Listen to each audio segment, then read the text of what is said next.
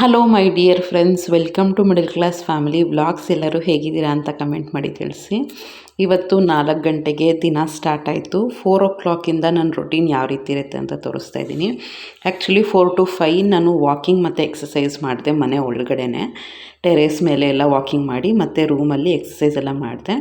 ಅಷ್ಟೊತ್ತಿಗೆ 5:10 ಆಗಿತ್ತು. ನನಗೆ ಆ ಟೈಮಲ್ಲಿ ಮೊಬೈಲ್ ಮುಟ್ಟಬೇಕು ಅಂತ ಅನ್ನಿಸ್ಲೇ ಇಲ್ಲ. ಅದಕ್ಕೆ ನಾನು ಯಾವ ಶೂಟಿಂಗು ಮಾಡ್ಕೊಂಡಿಲ್ಲ.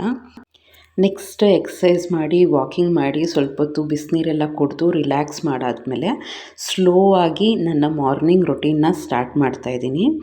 ಈಗ ಬಟ್ಟೆ ಎಲ್ಲ ವಾಷಿಂಗ್ ಮಿಷಿನ್ಗೆ ಹಾಕಿದ್ರೆ ಒಂದು ಮೇಜರ್ ಕೆಲಸ ಮುಗ್ದೋಗುತ್ತೆ. ನಾನಲ್ಲಿ ಅಡುಗೆ ಮಾಡ್ತಾಯಿದ್ರೆ ಬೇರೆ ಎಲ್ಲ ಕ್ಲೀನಿಂಗ್ ಮಾಡ್ತಾಯಿದ್ರೆ ಇದು ವಾಷಿಂಗ್ ಮಿಷಿನ್ ಅದ್ರ ಕೆಲಸ ಅದು ಮಾಡ್ತಾ ಇರುತ್ತೆ ಅಂತ ಫಸ್ಟು ವಾಷಿಂಗ್ ಮಿಷಿನ್ನ ಲೋಡ್ ಮಾಡಿ ಡಿಟರ್ಜೆಂಟ್ನ ಹಾಕ್ಬಿಟ್ಟಿರ್ತೀನಿ. ಅದ್ರ ಕೆಲಸ ಅದು ಮಾಡ್ತಾ ಇರುತ್ತೆ. ನೆಕ್ಸ್ಟು ಕೆಳಗಡೆ ಬಂದು ಸ್ವಲ್ಪ ಎಲ್ಲ ಅಡುಗೆಗೆ ಪ್ರಿಪೇರ್ ಮಾಡಿಕೊಂಡೆ. ಏನೇನು ಮಾಡಿಕೊಂಡೆ ಅಂದರೆ ಬಿಸಿಬೇಳೆ ಬಾತ್ ಮಾಡೋಣ ಅಂತ ಪ್ಲ್ಯಾನ್ ಮಾಡ್ಕೊಂಡಿದ್ದೆ. ಅದಕ್ಕೆ ತರಕಾರಿ ಎಲ್ಲ ಚಾಪ್ ಮಾಡೋಷ್ಟೊತ್ತಿಗೆ ಒಂದು 5:40 ಹಾಗಾಗಿತ್ತು. ನೆಕ್ಸ್ಟ್ ಈಗ ರಂಗೋಲಿ ಹಾಕೋಣ ಅಂತ ಹಾಕ್ತಾಯಿದ್ದೀನಿ. ಇವತ್ತಿನ ಬ್ಲಾಗಲ್ಲಿ 2026 ಎಷ್ಟೋ ದಿನಗಳಿಂದ ನಾವು ಚೇಂಜಸ್ ಮಾಡ್ಕೋಬೇಕು ಅಂದ್ಕೊತಾನೆ ಬಂದು ಎಷ್ಟೋ ವರ್ಷಗಳನ್ನ ಆ ರೀತಿಯೇ ಕಳೆದುಬಿಟ್ಟಿರ್ತೀವಿ. ನೆಕ್ಸ್ಟ್ ಇಯರ್ ಮಾಡೋಣ, ಮುಂದಿನ ತಿಂಗಳು ಮಾಡೋಣ ಅಂತ ಈ ರೀತಿಯೇ ಎಷ್ಟೊಂದು ಚೇಂಜಸ್ನ ನಾವು ಮುಂದೂಡ್ತಾನೆ ಬರ್ತಾಯಿರ್ತೀವಿ. ಆ ಥರದೊಂದು 26 ಚೇಂಜಸ್ಸು ನಾವು 2026 ಏನೇನು ಮಾಡ್ಕೋಬೇಕು, ನಾನು ಜೊತೆಗೆ ನೀವು ಏನೇನು ಮಾಡ್ಕೊಳ್ಳೋಣ ಅಂತ ಡಿಸ್ಕಸ್ ಮಾಡ್ತಾ ಹೋಗೋಣ.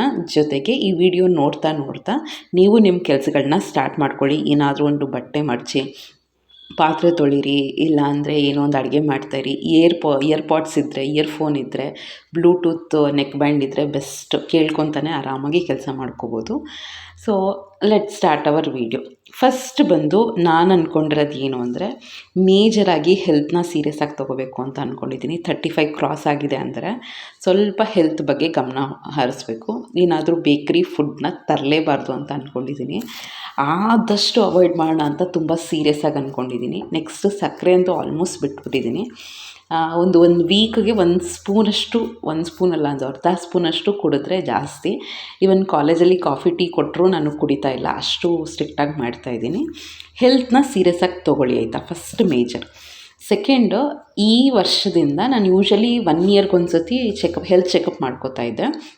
ಈಗಲೂ ಒಂದು 6 ಮಂತ್ಸ್ಗೆ ಒಂದು ಸತಿ BP ಚೆಕಪ್ಪು, ಶುಗರ್ ಚೆಕಪ್ಪು ಮತ್ತು ಎಲ್ಲ ಬಾಡಿ ಚೆಕಪ್ ಇರುತ್ತಲ್ಲ, ಕೆಲವೆಲ್ಲ ಇಯರ್ಲಿ ಒನ್ಸ್ ಮಾಡಿಕೊಂಡ್ರೆ ಸಾಕಾಗುತ್ತೆ. ಕೆಲವು 6 ಮಂತ್ಸ್ಗೆ, 2 ಮಂತ್ಸ್ಗೆ, 3 ಮಂತ್ಸ್ಗೆಲ್ಲ ಮಾಡ್ತಾ ಇರಬೇಕು. ಅದನ್ನು ಶೆಡ್ಯೂಲ್ ಮಾಡೋಣ ಅಂತ ಅಂದ್ಕೊಂಡಿದ್ದೀನಿ. ಈಗ ನಾನು January 2, January 3 ನನಗೆ ಸ್ವಲ್ಪ ಕಾಲೇಜಲ್ಲಿ ಕಡಿಮೆ ಪೀರಿಯಡ್ಸ್ ಇದ್ದಾಗ ಅಥವಾ ನಾನು ಲೀವ್ ಹಾಕೋ ಪರಿಸ್ಥಿತಿಲಿದ್ದಾಗ, ಅಂದರೆ ಸಿಚುವೇಶನ್ಸ್ ನೋಡಿಕೊಂಡು ಒಂದು ಮೆಡಿಕಲ್ ಚೆಕಪ್ ಮಾಡಿಸ್ಕೊಳ್ಳೋಣ ಅಂತ ಅನ್ಕೋತಾ ಇದ್ದೀನಿ. ಸ್ವಲ್ಪ ಬಾಡಿ ಚೆಕಪ್ ಮಾಡಿಕೊಂಡ್ರೆ ರೆಗ್ಯುಲರ್ ಬೇಸಿಸಲ್ಲಿ ಸೀರಿಯಸ್ ಆಗಿ ಏನು ಹೆಲ್ತ್ ಇಶ್ಯೂಸ್ ಆಗೋದು ತಡೆಯುತ್ತೆ. ಹೀಗೆ ಫ್ರೆಂಡ್ಸ್ ಜೊತೆ ಎಲ್ಲ ರಿಲೇಟಿವ್ಸ್ ಜೊತೆ ಎಲ್ಲ ಡಿಸ್ಕಸ್ ಮಾಡಬೇಕಾದ್ರೆ ಅಂತಿದ್ರು, ಈಗ ಸರ್ವಿಕಲ್ ಕ್ಯಾನ್ಸರ್ದು ಕೂಡ ಒಂದು ವ್ಯಾಕ್ಸಿನ್ ಬಂದಿದೆ ಮಕ್ಕಳಿಗೆ.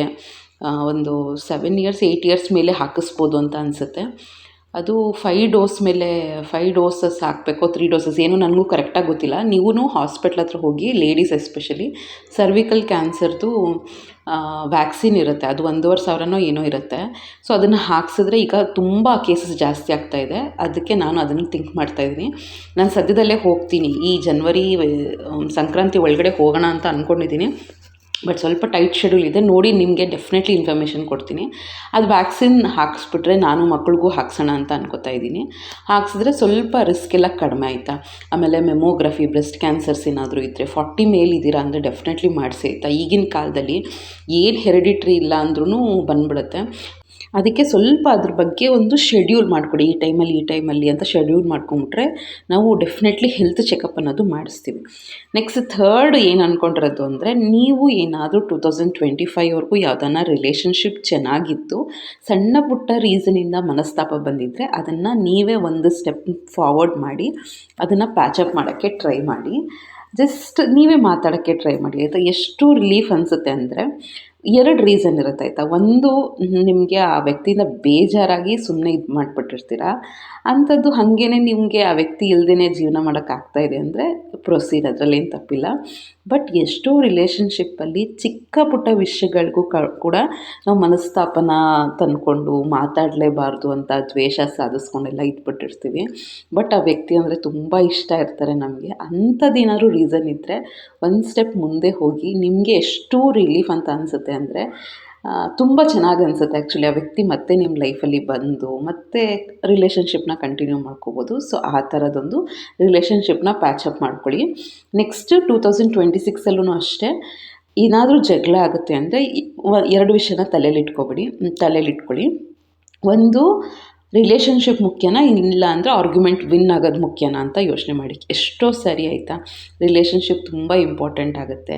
ನಮ್ಮ closed once, may be husband, parents, ಮಕ್ಕಳು, ಇನ್ಲಾಸು, ನಮ್ಮ ಸುತ್ತಲೂ ಇವರು ನಮ್ಮ ಫಸ್ಟ್ ಲೈನ್ ಆಫ್ ಬೌಂಡ್ರಿ. ಅವ್ರ ಜೊತೆ ಜಗಳ ಮಾಡಿಕೊಂಡು, ಮನಸ್ತಾಪ ಮಾಡಿಕೊಂಡು, ಮುಖ ಸಿಂಡ್ರಿಸ್ಕೊಂಡು, ಒಂದೇ ಮನೇಲಿ ಇದ್ಕೊಂಡು ಅವೆಲ್ಲ ಆಗದೆ ಇರೋ ಕೆಲಸ. ಒಂದು ಸ್ಟೆಪ್ ಫಾರ್ವರ್ಡ್ ನೀವು ಹೋಗಿ ಒಂಥರ ಪ್ಯಾಚಪ್ ಮಾಡಿಕೊಂಡು ನಾರ್ಮಲಾಗಿ ಒಂದು 2-3 ದಿನ ಕಷ್ಟ ಅಷ್ಟೇ. ನೀವು ಅದು ಬಗ್ಗದಿದೆಯಲ್ಲ, ಅದು ತುಂಬ ಕಷ್ಟ ಆ್ಯಕ್ಚುಲಿ. ಬಟ್ 2-3 ದಿನ ಅಷ್ಟೇ. ಆಮೇಲೆ ಆರಾಮಾಗಿ ಲೈಫು ಚೆನ್ನಾಗಾಗ್ತಾ ಇರುತ್ತೆ. ಬಟ್ ಆ ಗ್ರಡ್ಜ್ ಇದೆ, ಮನಸ್ತಾಪ ಮಾಡ್ಕೋತಾ ಇದ್ದೀವಿ ಅಂದರೆ ತಲೆಯಲ್ಲಿ ಅದೇ ಇರುತ್ತೆ, ಬೇರೆ ಕಡೆ ಇಂಪ್ರೂವ್ಮೆಂಟ್ ಆಗ್ತಿರಲ್ಲ, ಕೆರಿಯರ್ ಕಾನ್ಸಂಟ್ರೇಟ್ ಮಾಡೋಕ್ಕಾಗಲ್ಲ. ಸೊ ಅದೇನು ಮೇಜರ್ ಚಿಕ್ಕದ ಪ್ರಾಬ್ಲಮ್ಸ್ ಇದೆಯಲ್ಲ ಅದನ್ನ ಸಾಲ್ವ್ ಮಾಡ್ಕೊತ ಹೋಗಿ. ನೆಕ್ಸ್ಟ್, ವಾಟರ್ ಇಂಟೇಕ್ ಚೆನ್ನಾಗಿರಲಿ ಆಯಿತಾ. 20 kgಗೆ 1 ಲೀಟ್ರಷ್ಟು ಬೇಕಾಗುತ್ತಂತೆ ಆಯಿತಾ. ಯೂಶ್ವಲಿ ನಾನು ಸೈಂಟಿಫಿಕ್ಕಾಗೆಲ್ಲ ನೋಡ್ತಾ ಇರ್ತೀನಿ. ನಾವು 80 kgs ಇದ್ದೀವಿ ಅಂದರೆ 4 ಲೀಟರ್ಸ್, 60 kg ಇದ್ದೀವಿ ಅಂದರೆ 3 ಲೀಟರ್ಸ್. ಆ ಥರ ನೀರನ್ನ ಕುಡಿತಾ ಇರಬೇಕು. ಡಿಫ್ರೆಂಟ್ ಫ್ಲೇವರ್ಸ್ ಆಫ್ ನೀರು ಕುಡಿತಾ ಇರಿ. ಹಾಲಿನ ಮೂಲಕನೂ ನಾವು ನೀರು ಹೋಗುತ್ತೆ, ಮಜ್ಜಿಗೆ, ಈ ರೀತಿ ಡಿಟಾಕ್ಸ್ ಡ್ರಿಂಕ್ ಮಾಡ್ಕೋತಾ ಇದ್ದೀನಿ. ಏನೂ ಇಲ್ಲ, ಬೆಟ್ಟದ ನೆಲ್ಲಿಕಾಯಿ ತೊಗೊಂಡಿದ್ದೀನಿ ಒಂದು 3. ಅದನ್ನು ಕಟ್ ಮಾಡಿಕೊಂಡು ಬ್ಲೆಂಡರ್ ಜಾರ್ ಇರುತ್ತಲ್ವ ಅದ್ರಲ್ಲಿ ಹಾಕಿ, ನೀರು ಅಷ್ಟೇ, ಉಪ್ಪೂ ಹಾಕಿಲ್ಲ, ಏನೂ ಹಾಕಿಲ್ಲ, ಸೋದಿಸ್ಕೊಂಡು ಕುಡ್ದಿದ್ದೀನಿ. ಈಗ ಸದ್ಯಕ್ಕೆ ಸೋದಿಸ್ಕೊಂಡು ಕುಡ್ದಿದ್ದೀನಿ, ಯಾಕೆಂದರೆ ಬಾಯಲ್ಲಿ ಒಗ್ರೊಗ್ರು ಸಿಗ್ತಾ ಇರುತ್ತೆ, ನನಗೆ ಕುಡಿಯೋಕ್ಕಾಗಲ್ಲ. ಕೆಲವು ಸತಿ ಕಚ್ಚಿ ತಿಂತಾ ಇರ್ತೀನಿ, ಅದು ಇನ್ನೂ ಒಳ್ಳೆಯದು, ಬೆಸ್ಟ್. ಅದು ಕಚ್ಚಿ ತಿನ್ನೋದು ತುಂಬ ಒಳ್ಳೆಯದು. ಇದೂ ಓಕೆ, ಇದು ಒಂದು 80-70% ಅಷ್ಟು ಗುಡ್. ಇದು ಮಾಡೋದೇ ಕರೆಕ್ಟ್ ಅಂತ ನಾನು ಹೇಳೋದು ತಪ್ಪಾಗುತ್ತೆ. ಇದರಲ್ಲಿ 70-80% ಅಷ್ಟು ಒಳ್ಳೆ ಗುಣ. Something is better then nothing ಅನ್ನೋ ರೀತಿ ಇದು. ನೀವು ಕಚ್ಚಿ ತಿಂತೀರಾ ಅಂದರೆ ಬೆಸ್ಟ್ ಅದು ಆಯಿತಾ. ಉಪ್ಪನ್ನು ಹಚ್ಕೊಂಡು, ಇನ್ಫ್ಯಾಕ್ಟ್ ನಮ್ಮಮ್ಮ ಹಂಗೆ ಮಾಡ್ತಾರೆ.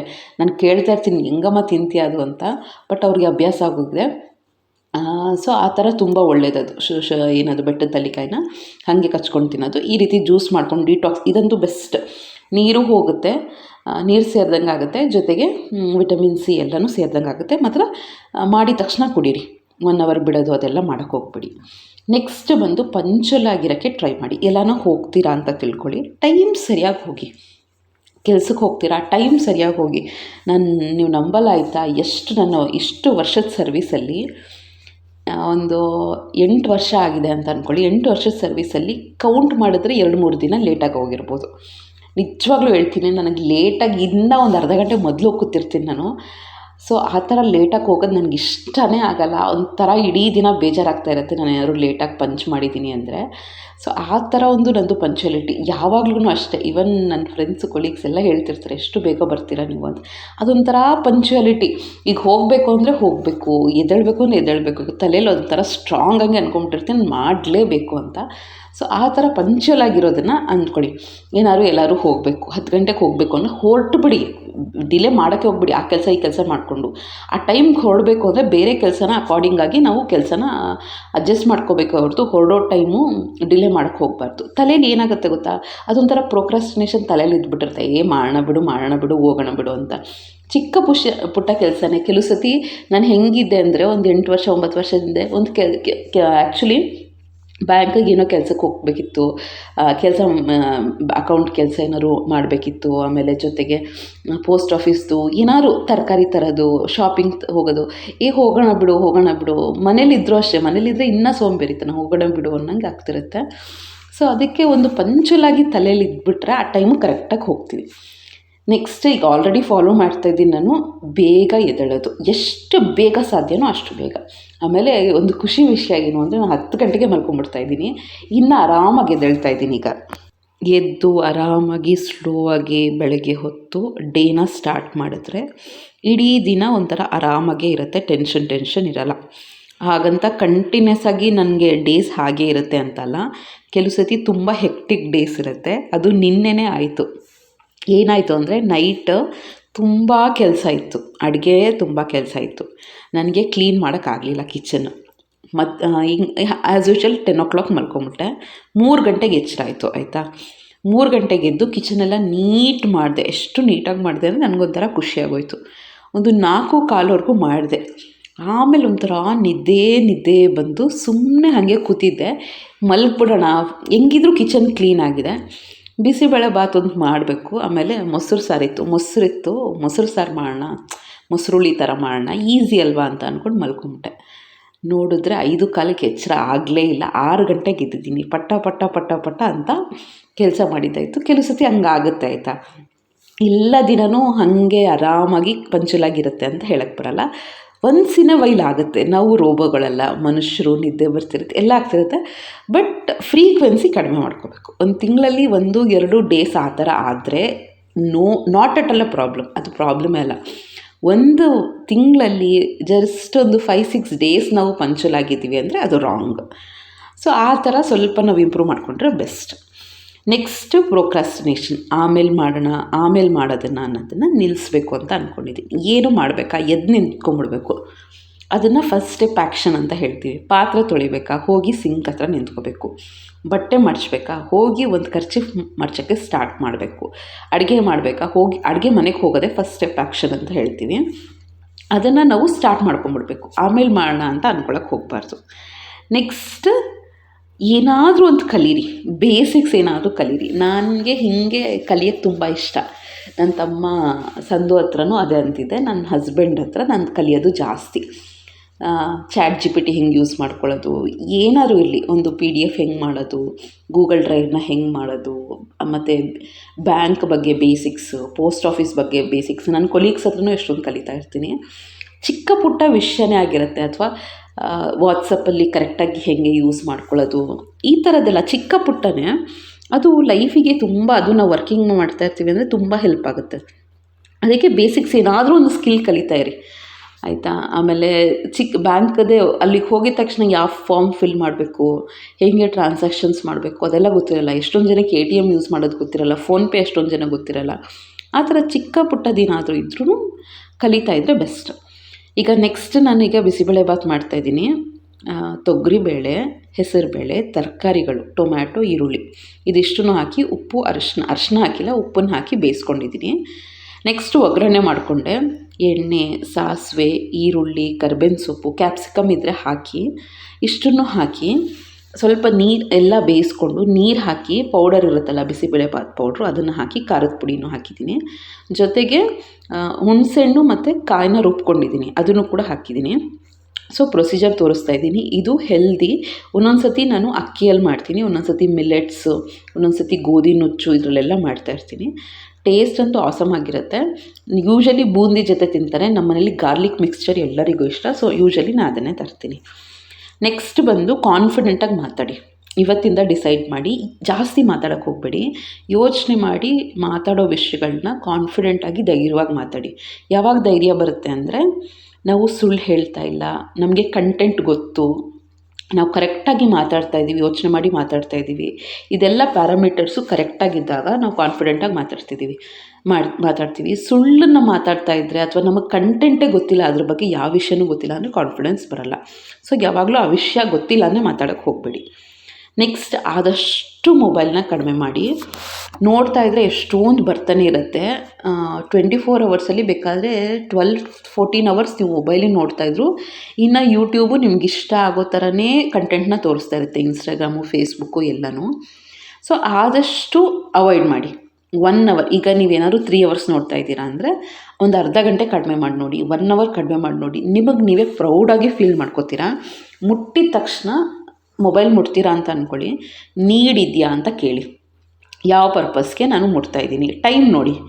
ಒಂದು 2:15ಗೆ ಮುಟ್ತಾಯಿದ್ದೀರಾ ಅಂದರೆ 2:25ಗೆ ಎತ್ತಿಟ್ಬಿಡಬೇಕು ಅಂತ ಸ್ಟ್ರಾಂಗಾಗಿ ವಿಲ್ ಪವರ್ಗಿಂತ ಏನೂ ಸಾಧ್ಯ ಇಲ್ಲ. ಅದನ್ನು ಮಾಡಿಕೊಂಡ್ರೆ ಸ್ಟ್ರಾಂಗಾಗಿ ಡಿಸಿಷನ್ ತೊಗೊಂಡ್ರೆ ಮಾಡ್ಕೋಬೋದು.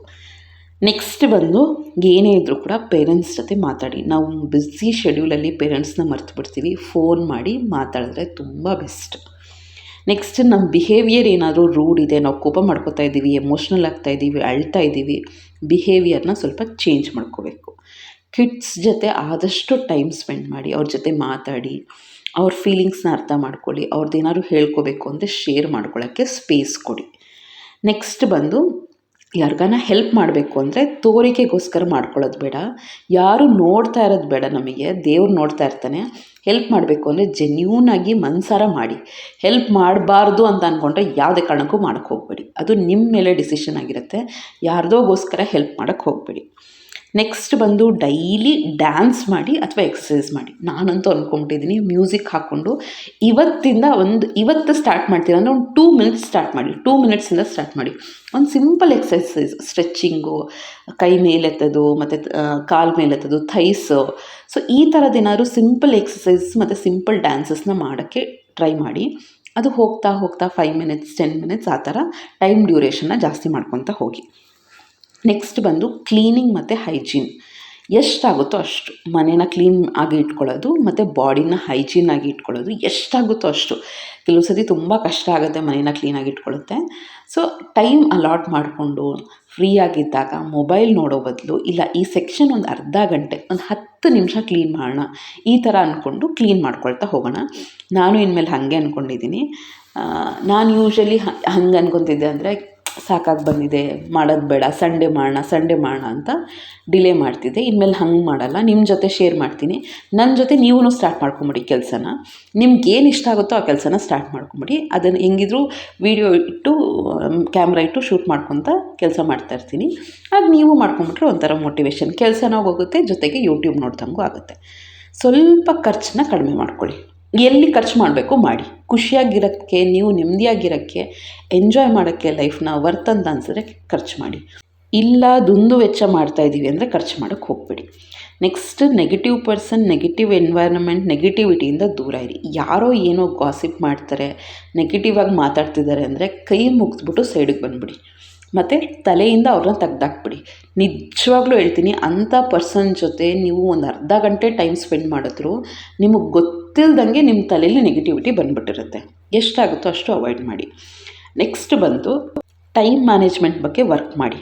ಆದಷ್ಟು ಬೇಗ ಕೆಲಸ ಮಾಡ್ಕೊಳ್ಳೋದು, ಅಂದ್ಕೊಂಡಿರೋ ಟೈಮ್ಗೆ ಕೆಲಸ ಮುಗಿಸೋದು ಅನ್ನೋಂಗೆ ಟೈಮ್ ಮ್ಯಾನೇಜ್ಮೆಂಟ್ ಕರೆಕ್ಟಾಗಿ ಮಾಡ್ಕೋಬೇಕು. ಆದಷ್ಟು ನೇಚರ್ ಜೊತೆ ಟೈಮ್ ಸ್ಪೆಂಡ್ ಮಾಡಿ. ಇವತ್ತಿಂದ ಸ್ಟಾರ್ಟ್ ಮಾಡ್ತಿದ್ದೀರಾ ಅಂದರೆ ಒಂದು 5 ಮಿನಿಟ್ಸು ಸುಮ್ಮನೆ ಹಾಗೆ ವಾಕ್ ಮಾಡ್ತಾಯಿರಿ, ನಿಧಾನಕ್ಕೇ. ಬ್ರಿಸ್ಕ್ ವಾಕಿಂಗ್ ಬೇಡ, ಬಿಕಾಸ್ ಸ್ಟಾರ್ಟಪ್ ಅನ್ನೋದು ನಿಧಾನಕ್ಕೆ ಸ್ಟಾರ್ಟ್ ಮಾಡಿದ್ರೆ ಟೇಕ್ ಆಫ್ ಆಮೇಲೆ ತೊಗೋತೀವಿ. ನೆಕ್ಸ್ಟ್ ಡೈಲಿ ಪೂಜೆ ಮಾಡಬೇಕು. ನಾನಂತೂ ಅಂದ್ಕೊಂಬಿಟ್ಟಿದ್ದೀನಿ, ಕೆಲವು ಸತಿ ನಾನು ಸ್ಕಿಪ್ ಮಾಡ್ತಾಯಿದ್ದೆ. ಈಗ ಏನೇ ಇದ್ದರೂ ಕೂಡ ಮಂತ್ಲಿ ಪ್ರಾಬ್ಲಮ್ ಇದ್ದರೆ ಮಾತ್ರ ಮಾಡೋಕ್ಕೆ ಹೋಗೋದು. ಅದು ನಿಮಗೆ ನಿಮ್ಮ ಬಿಲೀಫ್ ಮೇಲೆ ಬಿಟ್ಟಿದ್ದು, ನಾನು ಅದ್ರ ಬಗ್ಗೆ ಏನೂ ಹೇಳಲ್ಲ. ಡೈಲಿ ಪೂಜೆ ಮಾಡೋಕ್ಕೆ ಟ್ರೈ ಮಾಡಿ. ನಿಮಗೆ ಮಾಡೋಕ್ಕೆ ಇಷ್ಟ ಇಲ್ಲ ಪೀರಿಯಡ್ಸ್ ಟೈಮಲ್ಲಿ ಅಂದರೆ ಮಾಡೋಕ್ಕೆ ಹೋಗ್ಬಿಡಿ, ಅಷ್ಟೇ. ನೆಕ್ಸ್ಟ್ ಬೇರೆಯವ್ರನ್ನ ಬ್ಲೇಮ್ ಮಾಡೋದನ್ನು ಸ್ಟಾಪ್ ಮಾಡಿ. ನಾನು ಹಿಂಗಾಗೋಕ್ಕೆ ಅವರೇ ಕಾರಣ, ನನ್ನ ಲೈಫ್ ಹಿಂಗಾಗಿರೋದಕ್ಕೆ ಅವರೇ ಕಾರಣ ಅಂತ ಅಲ್ಲ. ನೀವು ಡಿಸಿಷನ್ ತೊಗೊಳ್ಳಿ, ನಿಮ್ಮ ಲೈಫ್ ಯಾವ ರೀತಿ ಇರಬೇಕು ಅಂತ. ಯಾರ ಬಗ್ಗೆನೂ ಬ್ಲೇಮ್ ಮಾಡೋಕ್ಕೆ ಹೋಗಬೇಡಿ. ನೆಕ್ಸ್ಟು ಫೋನಲ್ಲಿ unnecessary files, documents, images, videos ಇದ್ದರೆ ಡಿಲೀಟ್ ಮಾಡಿ. ಮನೆಯಲ್ಲೂ ಕೂಡ ಅನ್ನೆಸೆಸರಿ ಥಿಂಗ್ಸ್ ಇದ್ದರೆ ಡಿಕ್ಲಟರ್ ಮಾಡಿ. ನಿಮ್ಗೇನು ಅನಿಸುತ್ತೆ ಅಂತ ಒಂದು 4 ಲೈನು ಬರೆಯೋ ಅಭ್ಯಾಸ ಮಾಡ್ಕೊಳ್ಳಿ. ಮನೆಯಲ್ಲಿ ಪ್ರೈವಸಿ ಇಲ್ಲ ಅಂದರೆ ಅದನ್ನು ಹರಿದು ಕೂಡ ಬಿಸಾಕ್ಬೋದು. ಇಲ್ಲ ಪರವಾಗಿಲ್ಲ ಅದನ್ನು ಸೇವ್ ಮಾಡ್ಕೋಬೋದು ಅಂದರೆ ಒಂದು ಕಡೆ ಸೇಫಾಗಿ ಇಟ್ಕೊಳ್ಳಿ. ಏನೋ ತಪ್ಪು ಮಾಡ್ತಾಯಿದ್ದೀರಾ ಅಂದರೆ ಎಷ್ಟೋ ದಿನಗಳಾದಮೇಲೆ ಅದನ್ನು ನೋಡಿದ್ರೆ ಅದನ್ನು ತಿದ್ಕೊಂಡಿದ್ರೆ ನಾವು ಲೈಫಲ್ಲಿ ಅದು ತುಂಬ ಖುಷಿ ಕೊಡುತ್ತೆ. ನೆಕ್ಸ್ಟ್ ಯಾರಿಗೂ ತೊಂದರೆ ಕೊಡೋಕ್ಕೆ ಹೋಗಬೇಡಿ. ನಿಮಗೆ ಕಷ್ಟ, ನಿಮ್ಮ ಲೈಫು, ಅದನ್ನು ನಿಮ್ಮ ಪ್ರಾಬ್ಲಮ್ಸ್ನ ಬೇರೆಯವ್ರ ಹತ್ರ ಶೇರ್ ಮಾಡ್ಕೊಳ್ಳೋದು, ನಮ್ಮ ಪ್ರಾಬ್ಲಮ್ಸ್ನ ಬೇರೆಯವ್ರ ಮೇಲೆ ಹೇರೋದು, ನನಗೆ ಪ್ರಾಬ್ಲಮ್ ಆಗ್ತಿದೆ ಅವರೂ ಕಷ್ಟಪಡಲಿ ಅಂತ ಅಂದ್ಕೊಳ್ಳೋದು, ಆ ಥರ ಮಾಡೋಕ್ಕೆ ಹೋಗಬೇಡಿ. ಲಾಸ್ಟ್ 26th ಇಂಪಾರ್ಟೆಂಟ್ ಪಾಯಿಂಟ್, ಈ ವರ್ಷ ನಾನು ಸ್ಯಾಟಿಸ್ಫೈಡಾಗಿ ಲೈಫ್ನ ಲೀಡ್ ಮಾಡಬೇಕು. ನಿಮ್ಮ ಲೈಫ್ ಯಾವ ರೀತಿ ಇರಬೇಕು, ನಿಮ್ಮ ಲೈಫ್ನ ಬುಕ್ ಪ್ರತಿಯೊಂದು ಪೇಜಸ್ಸು, ಪ್ರತಿಯೊಂದು ಲೈನ್ಸು ಯಾವ ರೀತಿ ಇರಬೇಕು ಅಂತ ನೀವು ಡಿಸೈಡ್ ಮಾಡಿ. ಯಾರೋ ಏನೋ ನಿಮ್ಮ ಬುಕ್ನ ಬರಿಬಾರ್ದು. ನಿಮ್ಮ ಲೈನ್ಸು, ನಿಮ್ಮ ವರ್ಡ್ಸು, ನಿಮ್ಮ ಲೆಟರ್ಸ್ ನಿಮ್ಮದಾಗಿರಬೇಕು. ಪ್ರತಿಯೊಂದು ದಿನವೂ ಯಾವ ರೀತಿ ಇರಬೇಕು ಅಂತ ನೀವು ಸ್ಟ್ರಕ್ಚರ್ ಮಾಡ್ಕೊಳ್ಳಿ, ನೀವು ಡಿಸೈಡ್ ಮಾಡಿ. ಖುಷಿಯಾಗಿ, ನೆಮ್ಮದಿಯಾಗಿ, ಆರೋಗ್ಯವಾಗಿ ಲೈಫ್ನ ಲೀಡ್ ಮಾಡ್ತೀರಾ, ಅಥವಾ ಅದು ಇದು ದ್ವೇಷನ ಸಾಧಿಸ್ಕೊಂಡು, ಜಂಕ್ ಫುಡ್ನ ತಿಂದ್ಕೊಂಡು, ಮನೇಲಿ ಬರೀ ಜಗಳಗಳನ್ನ ಇಟ್ಕೊಂಡು, ಒಬ್ಬರ ಮೇಲೆ ಅಸೂಯೆ ಪಟ್ಕೊಂಡು ಲೈಫ್ನ ಲೀಡ್ ಮಾಡ್ತೀರಾ ಅಂತ ನೀವು ಡಿಸೈಡ್ ಮಾಡಿ. ಸೊ ಈ 26 ಚೇಂಜಸ್ನ ಡೆಫಿನೆಟ್ಲಿ ಲೈಫಲ್ಲಿ ನೋಡಿ. 2027 ಬರೋಷ್ಟೊತ್ತಿಗೆ ಒಂದು ಒಳ್ಳೆ ಹ್ಯೂಮನ್ ಬೀಯಿಂಗಾಗಿ ನಾವು ಚೇಂಜ್ ಆಗಿರಬೇಕು. ಸೊ ಹೋಪ್ ಈ ವಿಡಿಯೋ ಇಷ್ಟ ಆಗಿದೆ. ನಿಮ್ಮ ಜೊತೆ ಮಾತಾಡ್ತಾನೆ ನನ್ನ ಮಾರ್ನಿಂಗ್ ರೊಟೀನ ಶೇರ್ ಮಾಡ್ಕೊಂಡಿದ್ದೀನಿ. ಎಲ್ಲ ಅಡುಗೆ ಎಲ್ಲ ಮಾಡಿ ಈಗ ರೆಡಿ ಆಗ್ತಾಯಿದ್ದೀನಿ. ನನಗೆ ಇದು ಕೋಟ್ ಇದೆಯಲ್ಲ, ಇದು ಎಷ್ಟು ಇಷ್ಟ ಆಗಿದೆ ಅಂದರೆ ತುಂಬ ಕಂಫರ್ಟಬಲ್. ನಾನು ಬಸ್ಸಲ್ಲಿ ಬೇರೆ ಟ್ರಾವೆಲ್ ಮಾಡೋದಲ್ವ, ತುಂಬ ಕಂಫರ್ಟಬಲ್ ಇದೆ. ಸೊ ಏನೇ ಡ್ರೆಸ್ ಹಾಕಿದರೂ ನಾನು ಸ್ಯಾರಿ ಉಟ್ಟರೂ ಕೂಡ ಈ ಕೋಟ್ನ ಹಾಕ್ತೀನಿ. ಜೊತೆಗೆ ಚಳಿ ಅಲ್ವಾ, ಅದಕ್ಕೆ ಪಾಯಿಂಟ್ಸ್ ಮಾಯ್ಶ್ಚರೈಸರ್ ಅಂತೂ ಡೆಫಿನೆಟ್ಲಿ ಅಪ್ಲೈ ಮಾಡ್ತೀನಿ. ಈ ವಿಡಿಯೋ ಇಷ್ಟ ಆಗಿದರೆ ಡೆಫಿನೆಟ್ಲಿ ಚಾನಲ್ನ ಸಬ್ಸ್ಕ್ರೈಬ್ ಮಾಡಿಕೊಂಡು ಲೈಕ್ ಮಾಡಿ, ಶೇರ್ ಮಾಡಿ, ಕಮೆಂಟ್ ಮಾಡಿ. ಮುಂದಿನ ಬ್ಲಾಗಲ್ಲಿ ಸಿಗ್ತೀನಿ. ನಿಮಗೆ ಯಾವ ಚೇಂಜಸ್ ಮಾಡ್ಕೊಳ್ಳೋಕ್ಕೆ ತುಂಬ ಇಷ್ಟ ಅಂತ ಕಮೆಂಟ್ ಮಾಡಿ ತಿಳಿಸಿ ಆಯಿತಾ. ಏನಕ್ಕೆ ಅಂದರೆ, ನೀವು ಯಾವಾಗ ಒಂದು ಜಾಗದಲ್ಲಿ ನೀವು ಅಂದ್ಕೊಂಡಿರೋದನ್ನು ಬರೀತೀರಾ, ಅದನ್ನು ಲೈಫಲ್ಲಿ ಇನ್ಕಲ್ಕೇಟ್ ಅಂದರೆ ಅದನ್ನು ಅಳವಡಿಸ್ಕೊಳ್ಳೋದು ಸ್ಟ್ರಾಂಗ್ ಆಗಿರುತ್ತೆ. ನೀವು ಡೆಫಿನೆಟ್ಲಿ ಅದನ್ನು ಫಾಲೋ ಮಾಡೇ ಮಾಡ್ತೀರಾ. ಕಮೆಂಟ್ ಬಾಕ್ಸಲ್ಲಿ ನೀವು ಅದನ್ನು ಹಾಕಿದಾಗ, ಇಲ್ಲ ನಾನು ಹಾಕಿದ್ದೀನಿ ಆ ತಲೆಯಲ್ಲಿರುತ್ತಲ್ವ, ಅದನ್ನು ಡೆಫಿನೆಟ್ಲಿ ನೀವು ಫಾಲೋ ಮಾಡೇ ಮಾಡ್ತೀರ. ನನಗೆ ತುಂಬ ಇಷ್ಟ ಆಗಿದೆ ಏನು ಅಂದರೆ, ನಾನು ಹೆಲ್ತ್ನ ಸೀರಿಯಸ್ ಆಗಿ ತೊಗೊಳ್ಳೋದು. ಯಾಕೆ ಅಂದರೆ, ನಾನು ಚೆನ್ನಾಗಿದ್ದರೆ, ನಾನು ಖುಷಿಯಾಗಿದ್ದರೆ, ನಾನು ಹೆಲ್ತಿಯಾಗಿದ್ದರೆ ಎಲ್ಲರೂ ತುಂಬ ಚೆನ್ನಾಗಿ ನೋಡ್ಕೋಬೋದು. ಅದಂತೂ ತುಂಬ ಸ್ಟ್ರಾಂಗಾಗಿ ಅಂದ್ಕೊಂಡಿದ್ದೀನಿ. ಯಾರಿಗೂ ಏನೂ ತೊಂದರೆ ಕೊಡ್ದಂಗೆ ನನ್ನ ಲೈಫ್ನ ನಾನು ಇಂಡಿಪೆಂಡೆಂಟಾಗಿ, ಖುಷಿಯಾಗಿ, ನೆಮ್ಮದಿಯಾಗಿ ಲೈಫ್ನ ಲೀಡ್ ಮಾಡ್ಕೋಬೇಕು ಅಂತ ಅಂದ್ಕೊಂಡಿದ್ದೀನಿ. So once again happy new year for every one. ಈ ವರ್ಷ ನಿಮ್ಮೆಲ್ಲರಿಗೂ ಒಳ್ಳೆಯದಾಗಲಿ, ನೀವು ಅಂದ್ಕೊಂಡಿದ್ದೆಲ್ಲ ಆಗಲಿ ಅಂತ ಹೇಳ್ತಾ ಈ ವ್ಲಾಗ್ನ ಮುಗಿಸ್ತಾ ಇದ್ದೀನಿ. Thank you so much. ಮುಂದಿನ ವ್ಲಾಗಲ್ಲಿ ಸಿಗೋಣ.